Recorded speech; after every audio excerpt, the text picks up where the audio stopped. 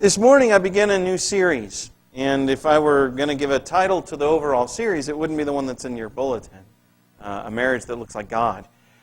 The series title I would give would be The Disciples' Marriage. Because we do marriage a little differently than the world around us does. Or at least we ought to. I don't know that we always do. But I think that we know that deep down inside, we ought to be different in our marriages. I began talking about marriage with some hesitation, more hesitation than I used to have. I can remember when I was a 26-year-old theology student, man, I was an expert on everything. I can remember being 30 and being in being in a church in Massachusetts and just knowing everything that there was to know about parenting. My kids weren't born yet, but I knew everything that there was to know. I find that the longer I live and the more experience I have, the less I can rely upon myself as a knowledge source. Not that my marriage to my wife is bad. It's not. It's wonderful. I cherish that woman as a gift from my God. And I think that God has given me an unusual marriage in this world because it really is a delight being married to Ashley. But I can tell you from experience that that's not because of me.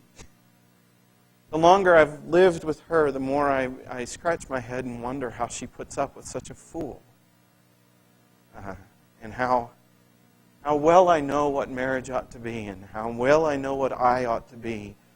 How often I function beneath the bar, and how blessed I am to be with such a wonderful woman. But I can tell you this from my experience. Christian marriage is wonderful. When you live together Christianly, which, we don't always do. I'm part of that thing, and I'm not always perfect, and sometimes it's hard being married. But when you live in a Christian marriage, it's delightful. My own stumbling experience, though, is not the only reason I come wondering how to talk with us. Because I know that in this gathering of people, there are people who have been married for decades. But I also know that there are people who have been married a very short time in their second marriage, third. I know that there are those of us among us that live brokenly in relationship to their marriage, that have stumbled, that have faced failure.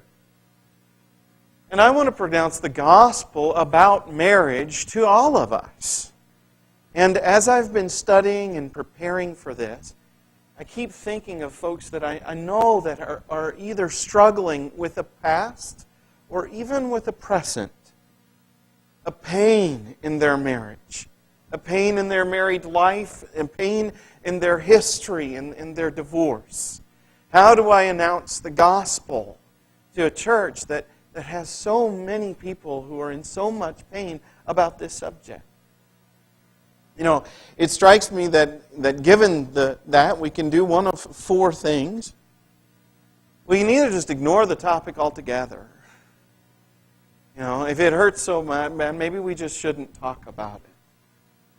But I can't help but wonder if part of the reason we find our way into pain is that we don't listen to the Word of God about this. And so we're not necessarily doing what God would want us to do in our marriages. And so we push that. I don't think that's a good option. I've known of folks that want to kind of lower the bar. The reason so many people struggle is because God's expectations are so very high. And after all, Jesus himself, with the woman at the well, just absolutely welcomed a divorced person. And maybe we're just all backwards about divorce. But I can't help but read what Jesus has to say about it and say, no, I think that's got some teeth. I don't think we get to take those teeth away. I don't think we get to ignore what Jesus has said and say, it's really not all that big deal. Because he seems to treat it as a very big deal.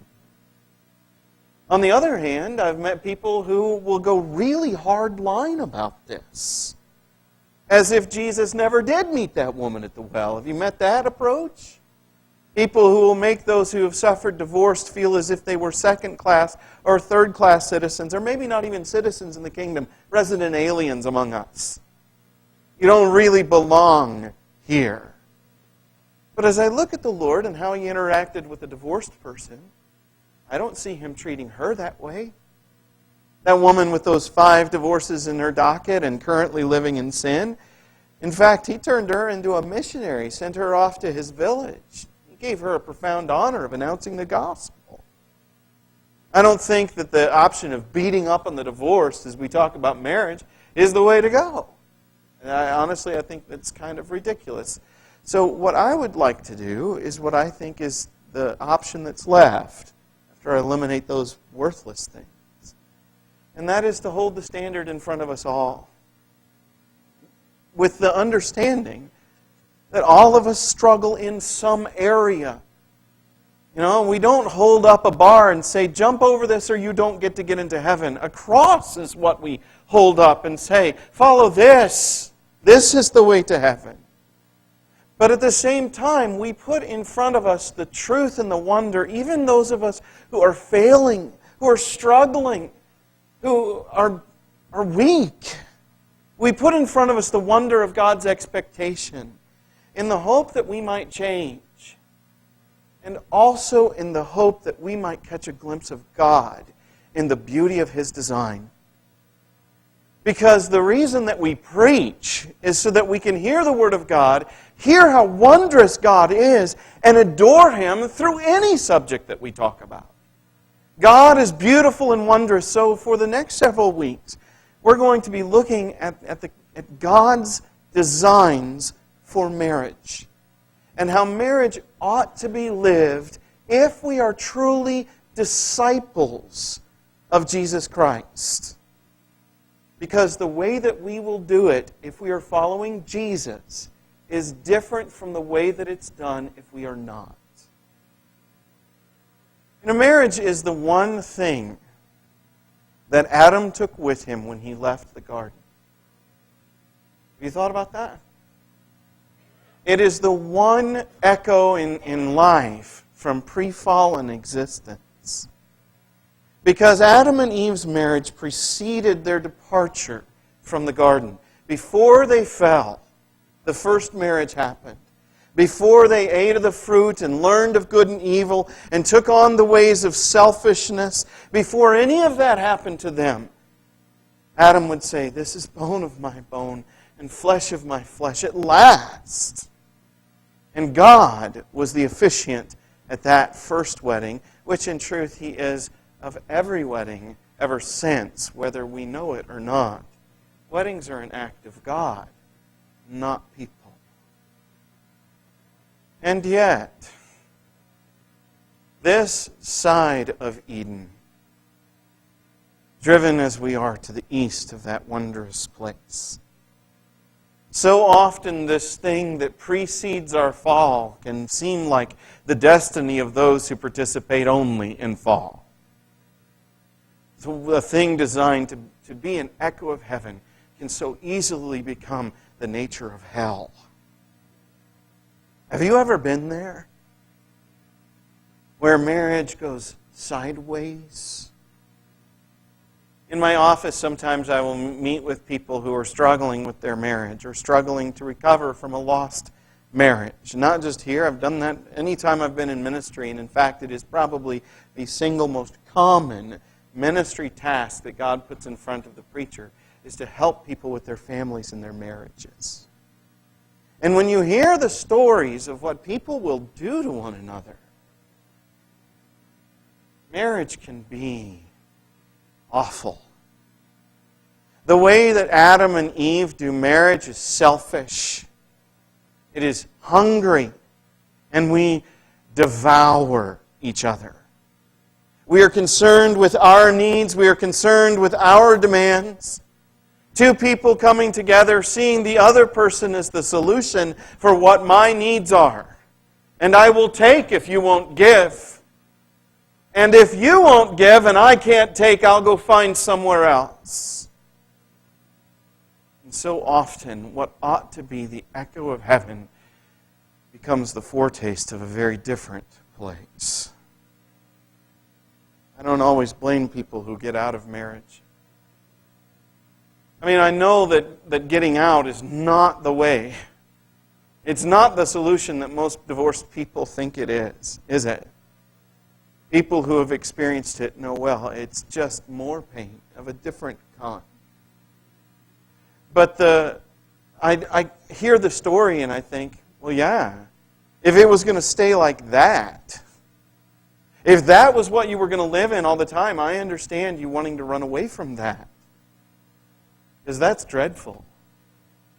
And the you that you are in that's dreadful. You don't want to be that person. You don't want to behave that way. But is that God's design? When we crave from one another, when we take from one another, when we demand that our needs are met, when we insist that we are satisfied. Well, I suppose it depends on what you think marriage is for. In this first sermon on marriage, that's the subject I want to address. Why is it that we get married? You know, in America, the answer is pretty obvious. Happiness. Because being in love is really fun, isn't it? I mean, isn't the joy of romance wondrous? Now, I've got that in spades. A woman loves me so well and so much. And it's wonderful. Being with her, I want to be a better man. I want to treat her better. I want to be a better person because she's in my life. And it makes me happy to be with her. I mean, I love all y'all, but I would rather be with her than any of y'all. You know, you drop me and her and maybe my kids. Some days my kids. You drop us on a desert island. I'm kidding, sweetie. I mean, you drop us... I think I just broke my daughter's jaw. You drop us on a desert island and it's just us. Man, I'm good. I love being with her. I'd rather be with her doing nothing than being with other people doing exciting things. It's fun, isn't it? And we want to be happy. And after all, our marriages, that's what they're for. They're for us, right? Your marriage exists to make you happy. It belongs to you. I saw an interesting graphic on Facebook that talked about the likelihood of a couple to divorce based upon how much money that they spent on their wedding. Yeah. The amount of money that they spent on their wedding. The baseline against which all others were compared was like, I think, $5,000 to $10,000. If you spent $5,000 to $10,000, there's your 0 point. Now, that's not saying that if you spend $5,000 to $10,000, there's your success. That's your 0 point against which others were compared. But if people had spent more than $20,000, they were 43% more likely to divorce than those who spent that 10. And if they spent 0 to 3, 53% less likely to divorce. Almost suggests that there's some kind of correlation between poverty and success in marriage, and maybe more significantly, great wealth and failure in marriage. I almost think that this is perhaps because the more you spend on the wedding, the more likely you are to think of your marriage as your property. After all, you bought it. You paid for it, so it's yours. Folks, if your marriage is your property, if that's the way you're living, and most of us do at some level, then you come into it expecting it's yours, it belongs to you, therefore it ought to be satisfactory to you. You ought to be happy. You bought this thing. And like anything else in America, if something that you bought doesn't make you happy, you either put it down or you get rid of it. And how many people in this world have gotten rid of their marriage? because it didn't make them happy anymore. And God would want me to be happy, right? If your marriage belongs to you, that thinking will creep in even here. God would want me to be happy. And since I'm not happy, I should get rid of this thing, right? But is that what marriage is for? Did God design marriage in order to make humans happy? Jesus, when He talks about marriage, He does so rarely, for one thing, and most often He does so in response to people's questions, and their questions are largely about divorce. When Jesus starts talking about marriage, it's very often in the context of divorce, because people are wanting to throw away something that's not making them happy. This isn't just an American problem, by the way. People want to get out of things that make them suffer. And marriage can make you suffer. Oh boy, can it make you suffer. Very often when someone comes into this demanding that their needs are met, the other person starts being resistant to that. And then will in fact start punishing them for that. And then the two of them, before you know it, are in a cycle of punishing each other. And before you know it, just seeing this person who at one time made you so happy makes your blood pressure go up and makes you angry and makes you sad and makes you hurt and makes it so you can't sleep and makes it so that you lose weight and that you're just, it's awful. I've seen this. And people come to Jesus in those circumstances and they want to know, can I get out? And what Jesus says is, you've missed the whole design. You've misapprehended what this thing is for. Jesus will say, it wasn't made for you. It was made for God. Listen to Jesus again in Matthew chapter 19. He says, have you not read that He who created them from the beginning made them male and female? If I may, what he's talking about here is Genesis, right? When he says, have you not read, what is he talking about? Romance novel? Oh, he's talking about Scripture. And he's saying, if you want to know about divorce, then go back and look at marriage again. The reason people scramble for divorce is because they haven't apprehended what it's for, and it hurts so bad when you do it wrong. And it hurts so bad.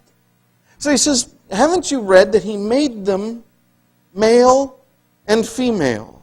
If I may, very briefly, I'm not going to talk a lot about this, but I will say that our culture and its misapprehension of marriage is showing up in just that issue, isn't it? Because after all, why do we want to affirm gay marriage in our culture? Because marriage is to make people happy, and how dare anybody stand in the way of happiness? People have a civil right to be happy. What Jesus is doing is He's saying, let's go back and look at the design. And the design originated with male and female. Things that are different from one another. The profound difference of Ashley and the way that she experiences life and thinks about things, and me and the way that I experience life and think about things, we're different from one another. We're not on different pages. We're not hostile to one another. But she sees things I don't. And I see things in ways that she doesn't. We're different. We're designed different from one another. Well, when God first created humanity, you realize that He first created a singularity. Just one. I think the anticipation was that would somehow reproduce, but I don't know how. I don't know whether God created an asexual being to begin with, or what. But Adam, when he's created, was just one. And of all of God's creation, when he looked and reflected on his creation, he realized that every time he looked at what he made, he said, that's good. Good job, me. Did well there. That looks really cool. Glad I did that. That is a good thing. Everything he made was good. He realized, he said, it is not good for the man to be alone.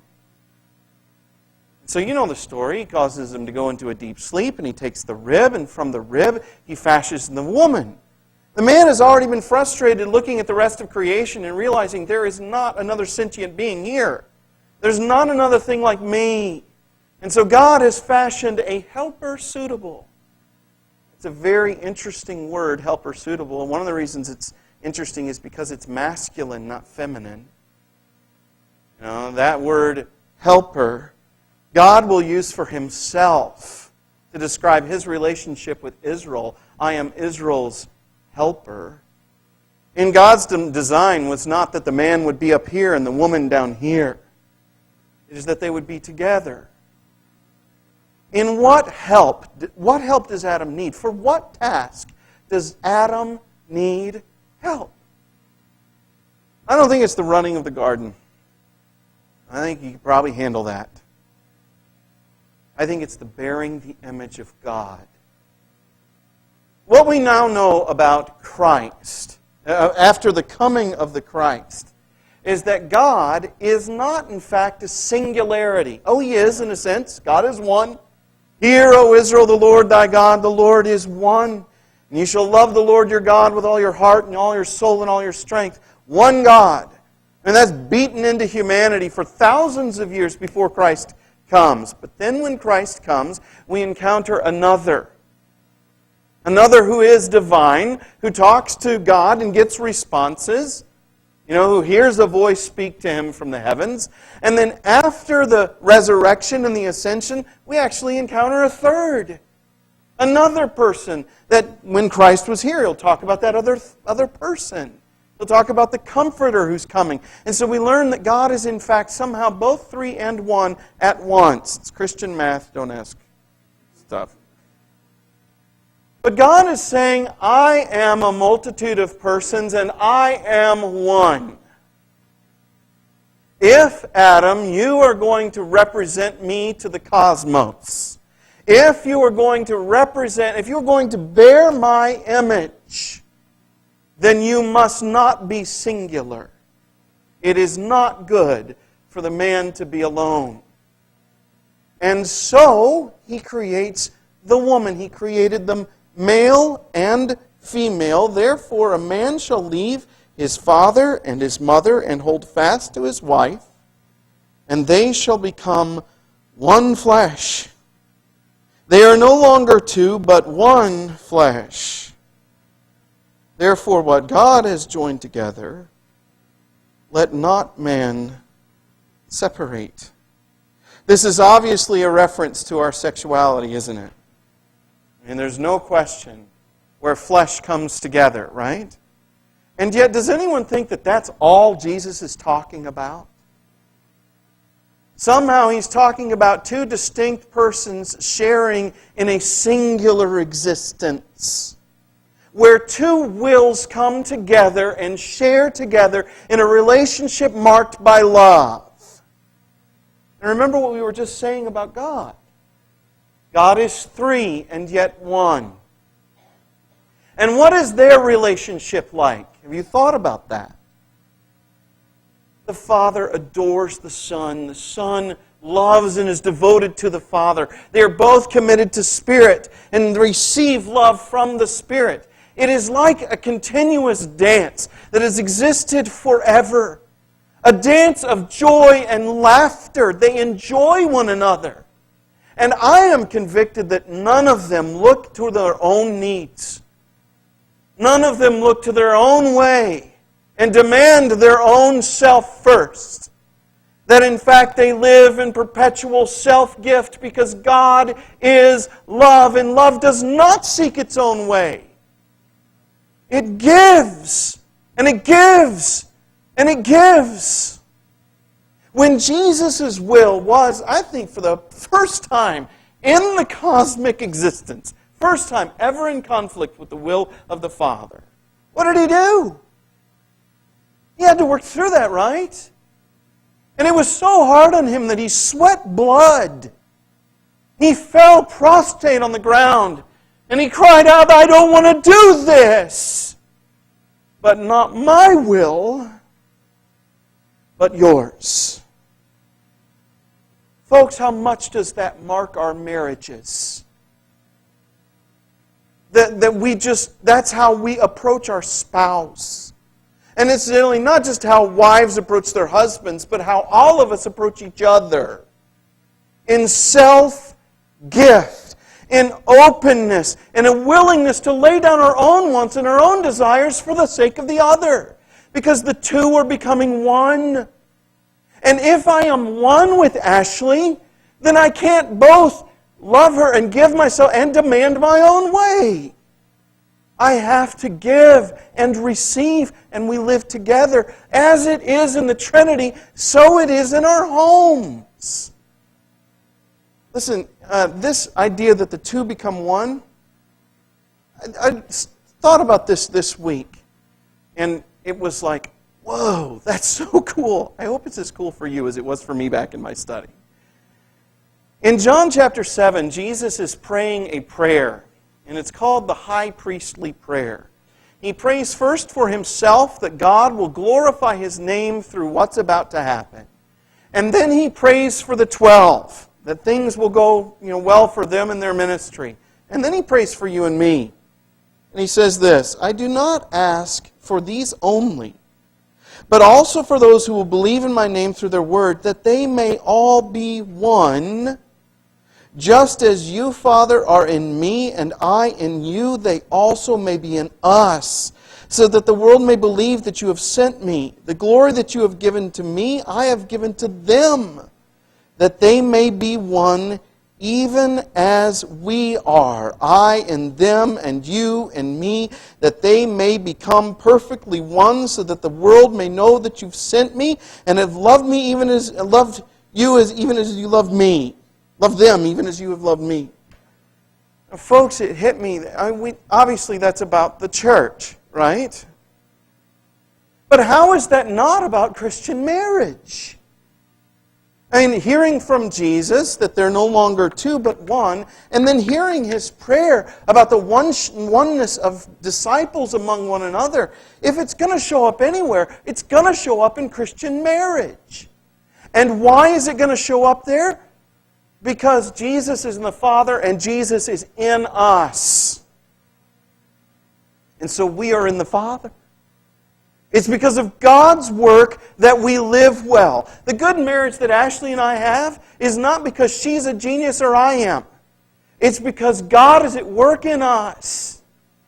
And I praise God, I thank God every day for that woman who puts up with such a fool. God is so good in our home that He makes us help one another and love one another. Because when we have trouble, and we've had it, we're coming up on 17 or 18. Oh, now we have it now. That didn't happen. Anyway, we've been married for a while. And any marriage that... Does anyone have a grappling hook so that I can get out of this hole that I just dug? Anyway, oh no. But any marriage that goes on longer than a year or two, you're going to find times where you stumble, don't you? See, that woman is dedicated to Jesus Christ more than she's dedicated to me, and he's dedicated to her. And I'm the same way. And because of that, we work it out. And it's not because we work it out, it's because God works it out through us. We are willing to submit to the will of the Father, and He helps us. And when we do, when any Christian does, what does your marriage become? The property of God. And I would not dream to infringe upon the property of God. And it's not mine to harm. It's His. After all, He made it. Listen to what He says. They are no longer two, but one flesh. What therefore God has joined together. This is an act of God. God has done this to you. Not you. That's the way they see it out there with contract.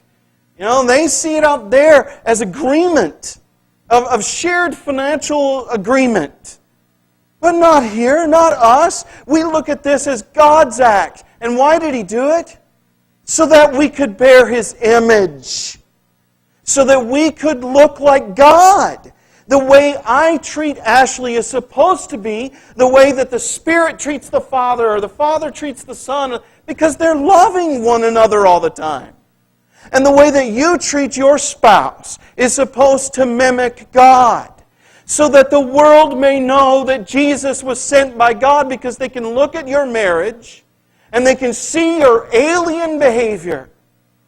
They can see how differently you behave from out there. That your marriage isn't about you, and that it isn't about you being happy. That in fact you're willing to suffer and go through pain. Because our discipleship is a surgery on our hearts, and it hurts. I want my way, but that's got to be cut out of me. So I encounter the difficulty of being married to another person who just happens to have a will and want their way too. And as those wills lock, I have to do something. And what I have to do if I'm Jesus' disciple is I have to lay down my life. I have to deny myself. And I have to take up the cross. And I have to love. And I have to forgive. And I have to control my anger and my lust. And I have to be Jesus' disciple when I'm treating her as I need to treat her. Now that's different from what they do. And it's better. Don't get me wrong, it'll hurt. I haven't yet met the marriage that it was bliss the whole time. Maybe it's yours. If so, please come tell me today. I want to know about that. That will make me very happy, or maybe very afraid for you. Maybe you're not very connected. It'll hurt. But if you bear the pain of the cross of Jesus Christ, as it is in all areas of your life, tell me the truth. Do you not become better? When you walk with Jesus through the fire, are you not changed? Are you not refined? Are you not transformed? It is for this purpose that we are married, that we might be Jesus' disciples together and face the challenge of otherness and difference with the love of God. That we might live as God lives in His existence of perpetual self-gift and eternal love. Now, I don't know the story of every marriage here. I suspect there are some marriages here that are suffering quite a lot. I know that some are. I know that some are doing quite well. But as you look into your life, hear the gospel of God. You do not belong to yourself. You belong to Jesus Christ who bought you. Your marriage isn't yours because you spent money on it. Your marriage is God's because He gave His Son for it. He purchased it. And if you are willing, you can live to the glory of God no matter where you are. No matter what's gone on, no matter what trouble you've faced, you can, because God raises the dead. And it may be that your marriage is dead. That's still no challenge to God. And if you will live in your marriage as Christ's disciple, then they will look at you and they will know. They will know the glory of God because they will see how different what they're doing is from what we do. How are you doing? Those of you who are married, how are you with all of this? Those of you who have been married and lost somehow, how are you in your discipleship?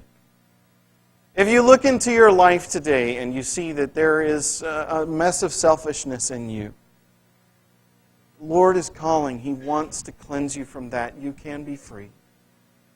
If you look into your life and your heart today and there's something that you brought with you into this place that has nothing to do with what we've talked about, but it hurts and it's overwhelming you, and you need the care and the compassion of the church, let us know. We don't want you to suffer without our prayer. We want to pray with you as you walk through the fire. And as I said at the beginning of this sermon, nothing would make us happier than to have to move those flowers. If this morning you are subject to the invitation of God, why don't you come right now while we stand and sing?